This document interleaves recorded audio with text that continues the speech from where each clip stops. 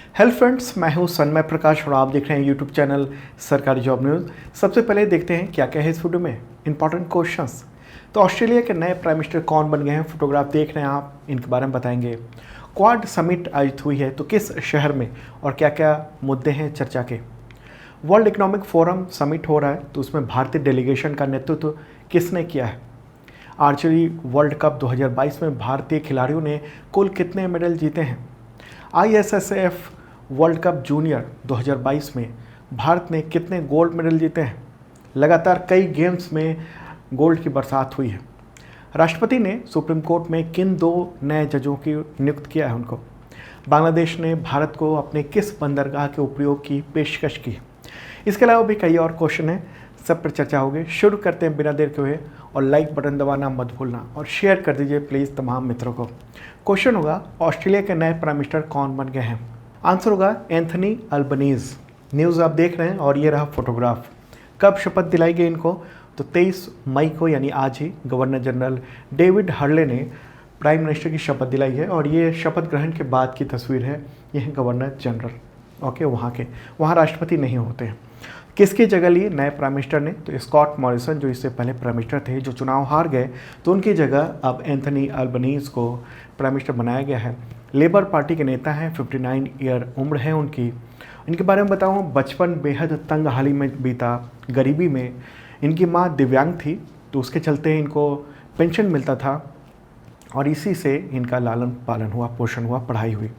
और अपने परिवार से स्कूल जाने वाले ये पहले व्यक्ति बताए जाते हैं। इनके बारे में बताऊं, ये सिंगल पेरेंट चाइल्ड हैं, अपनी माँ के इकलौते बेटे हैं। इनके माता पिता की कभी शादी नहीं हुई थी, दोनों अलग अलग देशों के थे। और जन्म के बाद जब ये मंत्री बने, मतलब कई सालों के बाद, तब पिता से मुलाकात हुई। और माँ ने शुरुआत में इनको बता दिया था कि उनके पिता नहीं रहे, कार एक्सीडेंट में डेथ हो गई थी। और ऐसा इसलिए कहा था ताकि इनको कोई गलत बातें ना कह दे, नाजायज़ ना कह दे, ऐसा इसकी वजह से। तो माँ ने बहुत गरीबी में इनको पाला पोसा और शुरुआती दिनों से ही, यानी जब कॉलेज में पहुँचे उसके बाद से लीडर के रूप में इन्होंने अपनी छवि बनाए रखी और अब प्राइम मिनिस्टर बन गए हैं ऑस्ट्रेलिया के। चलिए आगे बढ़ते हैं। अगला इंपॉर्टेंट क्वेश्चन है, क्वाड समिट मई 2022 में किस शहर में आयोजित हुई है। आंसर होगा टोक्यो, जापान की राजधानी। और ये मीटिंग कब से कब तक हो रही है, तो 23 और 24 मई को है। प्राइम मिनिस्टर नरेंद्र मोदी इसमें शामिल होने के लिए 23 मई को यानी सुबह ही टोक्यो पहुंचे, जापान की राजधानी में। यहाँ स्वागत हो रहा है उनका एयरपोर्ट पे। क्वाड के बारे में कुछ बात कर लें, फिर बताएंगे क्या क्या मुद्दा है इस क्वाड समिट का। क्वाड यानी क्वाड्रिलेटरल सिक्योरिटी डायलॉग। क्वाड्रिलेटरल का मतलब होता है चतुर्भुज, मतलब 4 देश उसका चतुर्भुज। तो ये होते हैं क्वाड कहलाए। तो इसीलिए इस संगठन का नाम जो है वो क्वाड है, मतलब चतुर्भुज सुरक्षा संवाद। जैसे बाइलेटरल होता है 2 पक्षों का, ट्राइलेटरल होता है 3 पक्षों के बीच जो बातचीत होती है वो ट्राइलेटरल कहलाता है। इसी तरह से ये क्वाड्रिलेटरल समूह है। यानी 4 पक्ष हैं, चतुष्कोणीय है। और मैप में आप देख रहे हैं इंडिया, जापान, अमेरिका और ये रहा ऑस्ट्रेलिया। तो इस तरह से चतुर्भुज बनता है। और मूल रूप से इस जो गठबंधन कहिए या संगठन कहिए, इसे इंडो पैसिफिक रीजन के लिए ये काम करता है ताकि जो समुद्री रास्ते हैं उसका व्यापार जारी रहे। दरअसल हिंद प्रशांत महासागर में यानी इंडो पैसिफिक इलाके में चारों देशों के लिए एक व्यापारिक समुद्री मार्ग भी है। ये वाला पूरा इलाका, अगर हम कहें यहाँ से लेकर ये वाला इलाका पूरा, ये व्यापारिक मार्ग भी है, व्यापारिक मार्ग। इसी रूट से इन सब देशों का सामान जाता है, व्यापार होता है, एक्सपोर्ट इंपोर्ट कुछ भी होता है। लेकिन चीन ने दक्षिण चीन सागर में खास तौर पर वहाँ कब्जे की मुहिम छेड़ रखी है। दक्षिण चीन सागर कहाँ पर है, तो ये यहाँ पर है, इस जगह पर है। ये है दक्षिण चीन सागर, यानी साउथ चाइना सी, ये वाला इलाका। तो इस इलाके में चीन ने वहाँ पर छद्म रूप से या नकली द्वीप बनाकर अपने सैनिक तैनात कर रहा है लगातार कई सालों से। और ये सब अंतर्राष्ट्रीय कानूनों को अनदेखी करके दिया जा रहा है। तो एक तरह से चीन पर ही टारगेट रखने के लिए ये जो क्वाड है उसका गठन हुआ है और चीन को ये फूटी आंख नहीं सुहाता है और इस शुरू से वो कह रहा है कि हमारे खिलाफ में एक बना हुआ गठबंधन है। ओके, तो अब सवाल है कि समिट में कौन कौन नेता शामिल हुए हैं। तो जापान के प्राइम मिनिस्टर हैं, ये क्या नाम है इनका, फूमियो किशिदा। ओके, ये शामिल हुए हैं। अमेरिका के राष्ट्रपति कौन है, जो बाइडन। भारत के प्राइम मिनिस्टर नरेंद्र मोदी और ऑस्ट्रेलिया के प्राइम मिनिस्टर मैंने नाम बताया अभी इससे पहले के क्वेश्चन में, एंथनी एल्बनीज। तो ये चारों नेता, इनके बीच समिट हो रही है, शिखर वार्ता हो रही है। हिंदी में कहते हैं समिट को शिखर वार्ता। ओके, तो ये खास तौर पर जो क्या क्या एजेंडा है इस समिट का, तो इंडो पैसिफिक रीजन में एक डीकार्बोनाइज्ड ग्रीन शिपिंग नेटवर्क तैयार करना, स्वच्छ हाइड्रोजन का उपयोग और इसे सुलभ बनाना, इंडो पैसिफिक क्षेत्र की जलवायु निगरानी पर मंथन करना और इंडो पैसिफिक क्षेत्र में चुनौतियों और अवसरों पर चर्चा करना। खास तौर पर जो इंडो पैसिफिक क्षेत्र है, एरिया है, वहाँ पर कोशिश ये हो रही है इन चारों देशों के द्वारा कि यहाँ पर सैटेलाइट के थ्रू निगरानी रखी जाए कि यहाँ जो भी गतिविधियाँ हो रही है उसके बारे में। ओके, तो मुझे लगता है इस पूरे मुद्दे पर आप समझ चुके होंगे। चलिए अगला क्वेश्चन लेते हैं। वर्ल्ड इकोनॉमिक फोरम यानी WEF, उसकी सालाना बैठक जो कि 2022 में आयोजित की गई है मई में ही, तो भारतीय प्रतिनिधिमंडल का यानी भारतीय डेलीगेशन का नेतृत्व किसने किया। क्वेश्चन का आंसर होगा पीयूष गोयल। ओके, न्यूज़ भी आप देख रहे हैं। तो ये वर्ल्ड इकोनॉमिक फोरम, इसकी समिट चल रही है 22 से 26 मई को। कहाँ पर आयोजित किया जा रहा है, तो दावोस यानी स्विट्जरलैंड में आयोजित किया जा रहा है और इसमें तमाम देशों के लीडर पहुँच रहे हैं और भविष्य के लिए नीति और पार्टनरशिप की बातें करेंगे। तो वाणिज्य और उद्योग मंत्री हैं पीयूष गोयल, वो भारतीय डेलीगेशन को लीड कर रहे हैं और इस डेलीगेशन में स्वास्थ्य मंत्री मनसुख मांडविया, पेट्रोलियम और प्राकृतिक गैस मंत्री हरदीप सिंह पुरी और कई सीनियर अधिकारी, इसके अलावा मध्य प्रदेश, तमिलनाडु, आंध्र प्रदेश, महाराष्ट्र, कर्नाटक और तेलंगाना के यानी 6 स्टेट्स के चीफ मिनिस्टर भी शामिल हो रहे हैं इसमें। ओके, तो वर्ल्ड इकोनॉमिक फोरम 2022 एक इम्पॉर्टेंट दुनिया भर में जो समिट होता है, फोरम है, मीटिंग का, वो ये है। तो इसका क्या एजेंडा है, तो पहला एजेंडा है महामारी से इकोनॉमी को उबारना, दूसरा है जलवायु परिवर्तन से निपटने के उपाय, तीसरा है काम के लिए बेहतर भविष्य का निर्माण, चौथा है स्टेक होल्डर कैपिटलिज्म को तेज करना यानी हितकारी पूंजीवाद को आगे बढ़ाना। पूंजीवाद का एक नेगेटिव एस्पेक्ट भी है कि एक खास कुछ उद्योगपति के लिए पूंजी बढ़ते रहना, लेकिन यहाँ बात हो रही हितकारी पूंजीवाद की, एक नई व्याख्या देखने को मिल रही है। ओके, मतलब कि सबका हित हो इस पूंजीवाद में। और चौथी, औद्योगिक क्रांति पर फोकस करना। ओके, तो वर्ल्ड इकोनॉमिक फोरम, और इससे भी क्वेश्चन अक्सर एग्जामिनेशन में पूछे जाते हैं, अलग अलग एग्जामिनेशन में, तो ध्यान रखना। WEF, उसके अध्यक्ष कौन है, बोर्गे ब्रांडे, और मुख्यालय कहाँ है, दावोस स्विट्जरलैंड में। अगला क्वेश्चन लेते हैं। तीरंदाजी वर्ल्ड कप यानी आर्ची वर्ल्ड कप स्टेज 2 में भारत ने कुल कितने मेडल जीते हैं। आंसर होगा 5। ओके, 5 मेडल जीते हैं, उनमें से एक जो है गोल्ड है, और गोल्ड इन तीनों ने मिलकर एक टीम स्पर्धा में जीता है। क्या नाम है इनका, तो रजत चौहान, अमन सैनी और अभिषेक वर्मा, तीनों ने गोल्ड जीता है। इसके अलावा और भी मेडल, 4 और अन्य मेडल हैं, उनके बारे में बताते हैं। तो ये जो आयोजन है वो कहाँ पर हुआ है, आर्ची वर्ल्ड कप स्टेज 2 2022 का, तो ग्वांगजू में आयोजित किया गया। ये दक्षिण कोरिया में है। ओके, 16 से 22 मई तक ये आयोजित किया गया। और अलग अलग जो विजेता हैं उन सबको देख लेते हैं। गोल्ड तो मैंने बताया, कंपाउंड मेन टीम, उनके नाम भी मैंने बताए, रजत चौहान, अमन सैनी, अभिषेक वर्मा। तो ये जो गोल्ड है ना, ये आप ध्यान रखना, एग्जामिनेशन में अक्सर गोल्ड से रिलेटेड क्वेश्चन आते हैं। सिल्वर आप देख सकते हैं, सिल्वर जो है कंपाउंड मेन में मोहन रामस्वरूप भारद्वाज ने जीता है। इसका ब्रॉन्ज 3 मेडल जीते गए हैं, ये कंपाउंड वुमेन टीम में, कंपाउंड मिक्स टीम में और रिकर्व वुमेन टीम में। ओके, तो आप गोल्ड और जो सिल्वर है उसके बारे में ध्यान रखना, ठीक है। चलिए आगे बढ़ते हैं, अगला क्वेश्चन लेते हैं। भारत ने सुहल यानी जर्मनी में जो आयोजित किया गया ISSF वर्ल्ड कप जूनियर 2022, तो उसमें कितने गोल्ड मेडल जीत लिए हैं टोटल। आंसर होगा 13। टोटल 13 गोल्ड मेडल इंडिया ने जीते हैं। जर्मनी में आयोजित किया गया था इंटरनेशनल शूटिंग स्पोर्ट्स फेडरेशन के द्वारा। तो जूनियर वर्ल्ड कप है, ओके, और इसमें 13 मेडल जीत लिए इंडिया ने गोल्ड। टोटल मेडल की बात करेंगे इंडिया ने तो 33 मेडल जीते हैं, और जो पदक तालिका है उसमें नंबर 1 इंडिया रहा है, शानदार प्रदर्शन किया।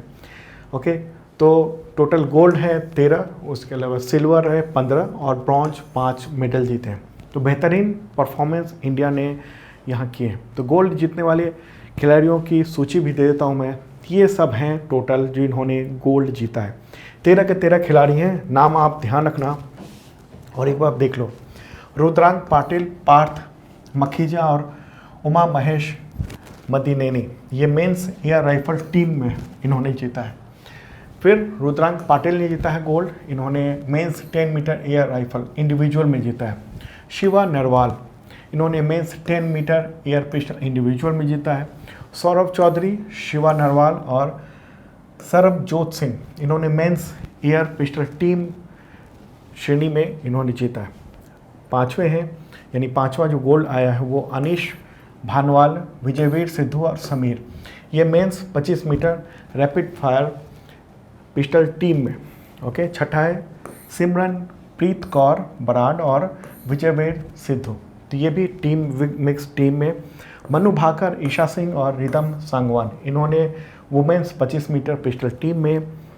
स्विफ्ट कौर सामरा, ये वुमेंस 50 मीटर राइफल में इंडिविजुअल में जीता इन्होंने। रिदम सांगवान, पलक, ईशा सिंह, सौरभ चौधरी, मनु भाकर, पलक और ईशा सिंह, इसके अलावा आर बोरसे, जीना खट्टा और रमिता, तो इन सब ने गोल्ड जीता है। टोटल गोल्ड हो गए 13। ओके, तो कोई टीम में जीता, कुछ मेडल जो है गोल्ड के वो अकेले भी जीता खिलाड़ियों ने। ओके, तो बहुत ही गर्व की बात है। क्वेश्चन इससे हो सकते हैं। चलिए आगे बढ़ते हैं, अगला क्वेश्चन लेते हैं। केंद्र सरकार ने MP local area development scheme यानी एमपी लेड, तो इसके फंड के ब्याज के उपयोग पर रोक लगा दी है। तो अब यह ब्याज कहाँ पर जमा होगा? आंसर होगा CFI यानी consolidated fund of India. News आप देख रहे हैं।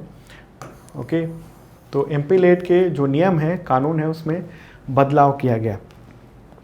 अब तक क्या होता था कि एमपी लेड, तो आप समझ ही गए कि सांसदों को लोकल एरिया के डेवलपमेंट के लिए फ़ंड मिलता है। 5 करोड़ रुपए फ़ंड मिलता है हर साल, और उसमें से कई बार उसका यूज़ नहीं हो पाता था तो उसको बैंक में उसको छोड़ दिया जाता था, तो उसका ब्याज भी अच्छा खासा हो जाता था। और उस ब्याज का भी उपयोग जो सांसद हैं, मेंबर पार्लियामेंट हैं, वो यूज़ कर लेते थे डेवलपमेंट के लिए। लेकिन अब सरकार ने ये कह दिया है कि आप ब्याज की राशि को वापस करेंगे CFI में। CFI मतलब consolidated fund of India. Okay, तो उसमें ये जमा हो जाएगा। एमपी लेड योजना के बारे में आप जानते होंगे, एग्जामिनेशन में अक्सर पूछा जाता है इसके बारे में। ये योजना शुरू हुई थी दिसंबर 1993 में। उस वक्त जो प्रधानमंत्री थे PV नरसिंह राव, उन्होंने लॉन्च किया था, और योजना को सांसदों के उनके निर्वाचन क्षेत्र में डेवलपमेंट कार्य उन सब के लिए ये फंड दिया गया था, और ये फंड केंद्र सरकार देती है। शुरुआत में मात्र 5 लाख रुपए फंड दिए जाते थे पर ईयर, ये 1993 की बात कर रहा हूँ। उसका धीरे धीरे ये 1 करोड़ हो गया 1994-95 के बीच में, फिर 97-98 में 2 करोड़ हो गया, 2011 में 2 करोड़ से बढ़ाकर 5 करोड़ कर दिया गया था एमपी लेड का फंड। ओके, और ये फंड कौन देता है केंद्र सरकार के बिहाफ पे? तो सांख्यिकी और कार्यक्रम कार्यान्वयन मंत्रालय। ओके, उसके मंत्री अभी कौन है? राव इंद्रजीत सिंह।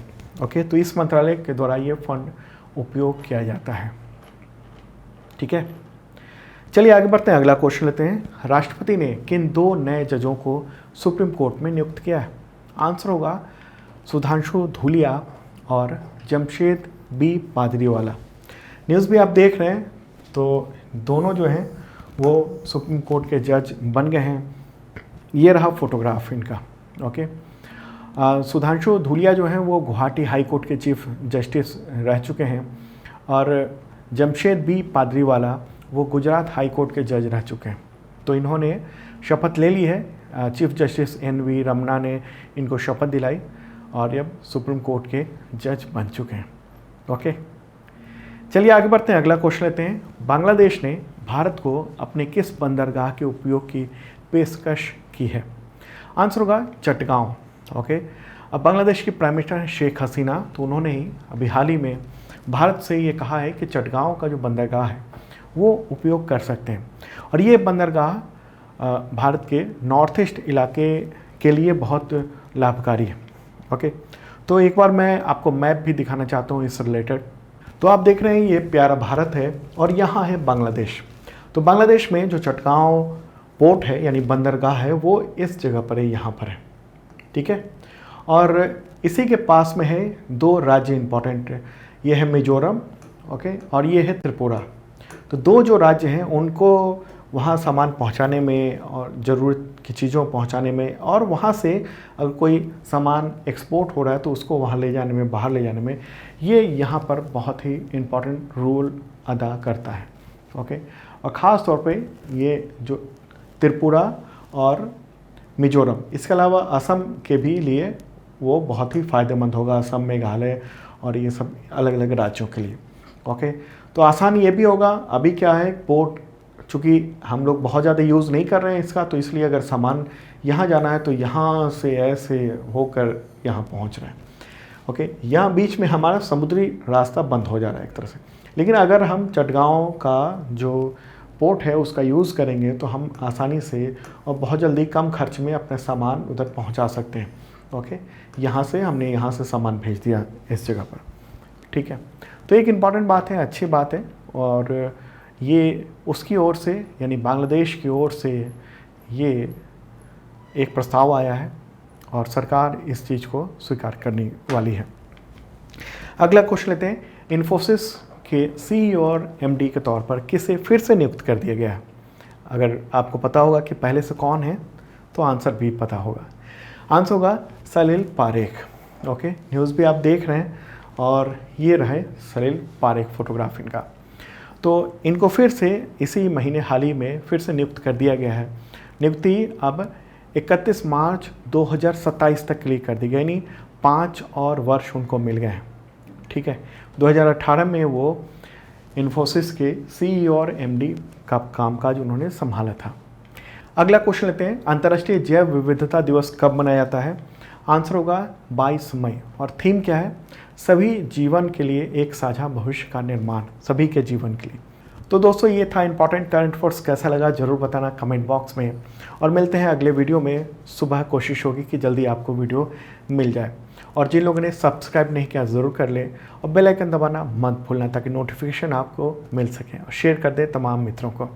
अब मिलते हैं अगले वीडियो में।